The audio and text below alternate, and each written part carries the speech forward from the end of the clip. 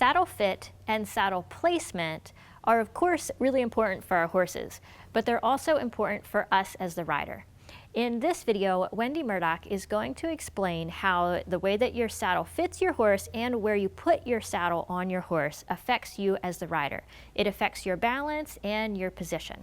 Let's learn more.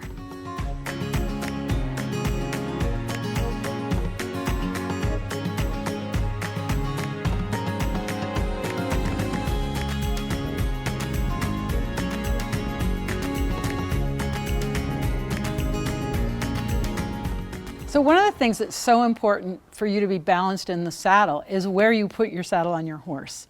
So I'm going to use Happy Horse here to demonstrate, and I have this all-purpose saddle, and right now I have the seat really level. So that means that you're going to be able to sit in the middle of the seat.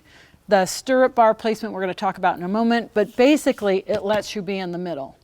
If I take this saddle and I place it up on the horse's shoulders, now what's happened is the deepest part of the seat is way back here. It's going to drop you back, and it's going to put more pressure on the horse's back at the back of the saddle.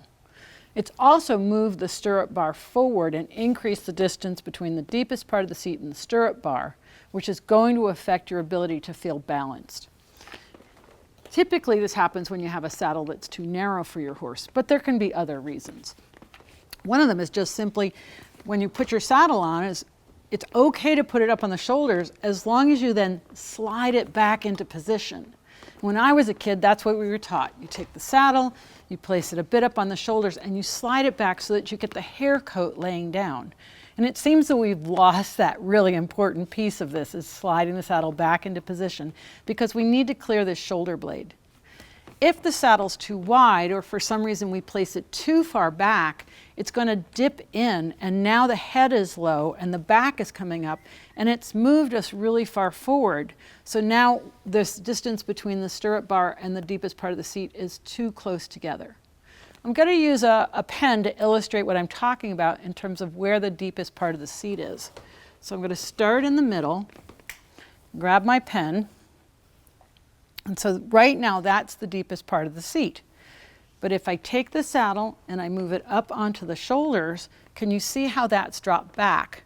And so now your seat's going to keep sliding back, but the stirrup bar is going to dictate where your leg is, and that's going to be in front of you, and we've put you in a chair seat. So then you have to really heave yourself over your leg to try and get out of the saddle, especially in something like rising trot. I'm going to take the saddle and slide it back to where it's level, and you can see how this pen rolls forward. So now it's changed the relationship between where the stirrup bar is and the deepest part of the seat. It's brought it closer together. If the head is low, now the pen rolls forward and this distance gets really short, really close together. And what I always look for is that I want my stirrup bar set to the deepest part of my seat to be about the distance from the balance point of my foot, that's that place just behind the ball of the second toe, to the center of my ankle. That would be ideal, and it's not always possible to have ideal. But let me show you what happens in terms of numbers when we look at this relationship and move the saddle around. So I've got my tape measure, and I'm going to level my saddle here. I'm going to find my stirrup bar.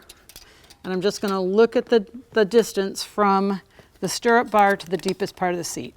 And so we're looking at about 5 inches. When I take the saddle and I put the head high, and now it's impinging on the horse's shoulders, that distance from the stirrup bar to the deepest part of the seat has gone to almost 9 inches, maybe 8, but that's significantly more. And then if I take it and I make it head low, now the deepest part has come forward, and my distance is about 4 inches. So that ratio, that distance between the deepest part of the seat and the stirrup bar is what sets us up for our ear, shoulder, hip, ankle alignment, our alignment in gravity, the classical alignment. But the saddle has a huge influence on what happens to that alignment. So the next time you go out to your horse, just check, have you been putting your saddle too far up on the shoulder? If you have, slide it back a bit and ride in it and see how that feels. If the saddle's tipping down in front, you may need a saddle that's a little more narrow so that it doesn't dive head down. And in jumping, this is particularly scary because as it dives head down, you cannot stay back over the jump. You're constantly fighting your equipment because this distance has gotten too small. So make sure your saddle's level. You want to clear the shoulder, which we're not quite doing on Happy Horse today, okay? And just check that the seat is, deepest part of the seat's in the middle, and look at where that stirrup bar is to see how that's setting you up to be in a balanced ride. To learn more with Wendy, scroll down below to read about the online courses that she teaches here at Horse Class, using the skeletons and lots of other fun teaching props to help you really understand how riding biomechanics work, how the movement of your horse affects you, how you affect your horse, and how you can be a better riding partner.